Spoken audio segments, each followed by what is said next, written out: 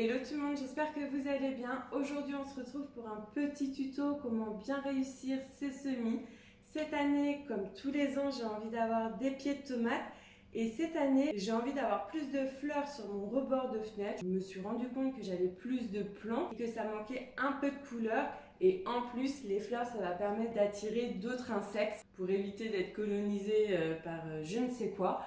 Bref, aujourd'hui, du coup, on va semer les tomates et des fleurs, j'ai trouvé des fleurs comestibles. Le matériel utile, donc vous pouvez soit acheter en jardinerie et grande surface des petites barquettes, souvent elles sont noires, ou il existe aussi des petits godets en matière recyclable. Donc moi c'est de la récup, j'ai fait mes courses tout à l'heure, c'est ma barquette de carottes et ma barquette de champignons que j'ai percé en dessous, c'est très important. Au niveau de l'arrosage, il faut que ce soit bien humide, mais pas non plus imbibé trop d'eau. En récup pour petit format, il vous suffit de prendre les pots de yaourt, petits suisses. Vous pouvez prendre vos boîtes à œufs, le petit compartiment d'un œuf, vous pouvez utiliser ça également. On a besoin de terre, donc moi j'ai mon sac de terreau. Vous pouvez utiliser une cuillère, une petite pelle pour enlever le caca de votre chat ou de vos mains également.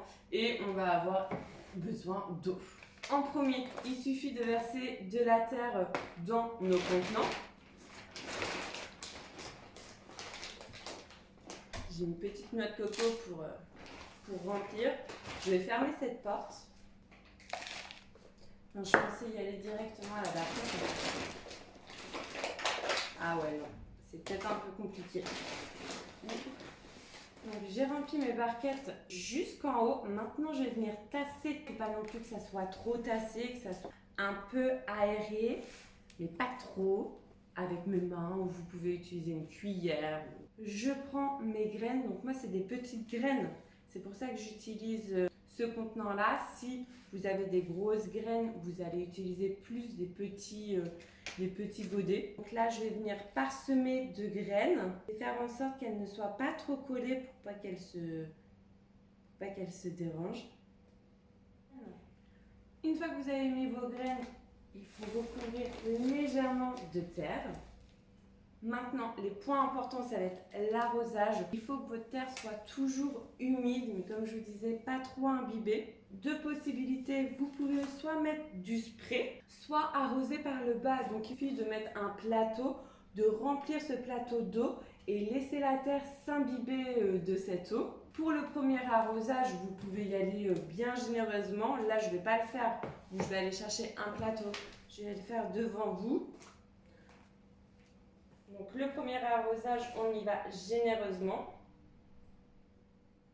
Et les prochains jours, vous pouvez utiliser soit le spray, soit comme je vous disais, vous remplissez le bas de votre plateau et vous laissez la terre s'imbiber. Au niveau de l'exposition, ça demande beaucoup de soleil et assez de chaleur. Il faut en moyenne 20 degrés. Vous pouvez utiliser la lumière naturelle en mettant ça derrière votre fenêtre ou la lumière artificielle, donc par exemple comme moi avec mon terrarium. D'ailleurs, je vais essayer, je vais mettre un contenant sous cette lumière et un contenant derrière ma fenêtre pour voir la différence. Nous sommes 2 semaines après et voici le résultat. Donc on voit une petite différence entre les plantes qui ont été auprès de lumière artificielle et celles auprès d'une lumière naturelle. C'est pas flagrant non plus, mais un petit peu quand même. Ça a bien poussé comme vous pouvez le voir. Là, je vais replanter pour donner plus d'espace aux petites pousses. J'ai racheté de la terre. J'ai également acheté des graines de coriandre, donc je vais pouvoir les planter aujourd'hui. Ça va être exactement le même système qu'avec... ça va être exactement le système que là. Donc je vais faire ça. Voici mon petit avocatier. Il est... Enfin petit, il est bien grand. J'en suis trop fière. Donc n'hésitez pas à me dire si ça vous intéresse que je vous montre comment je fais. Là, je vais faire aussi avec des noyaux de dattes. Et je fais ça aussi avec des plantes grasses. Bon, là, c'est pas une pousse que j'ai faite, mais je vais extraire des feuilles pour en faire des pousses. Donc, c'est parti. Je pense que je me suis précipitée et je pense que les racines sont trop petites. Donc là, j'ai pense que la moitié des plantes vont mourir. À voir sur les prochains jours, là c'est quand même catastrophique.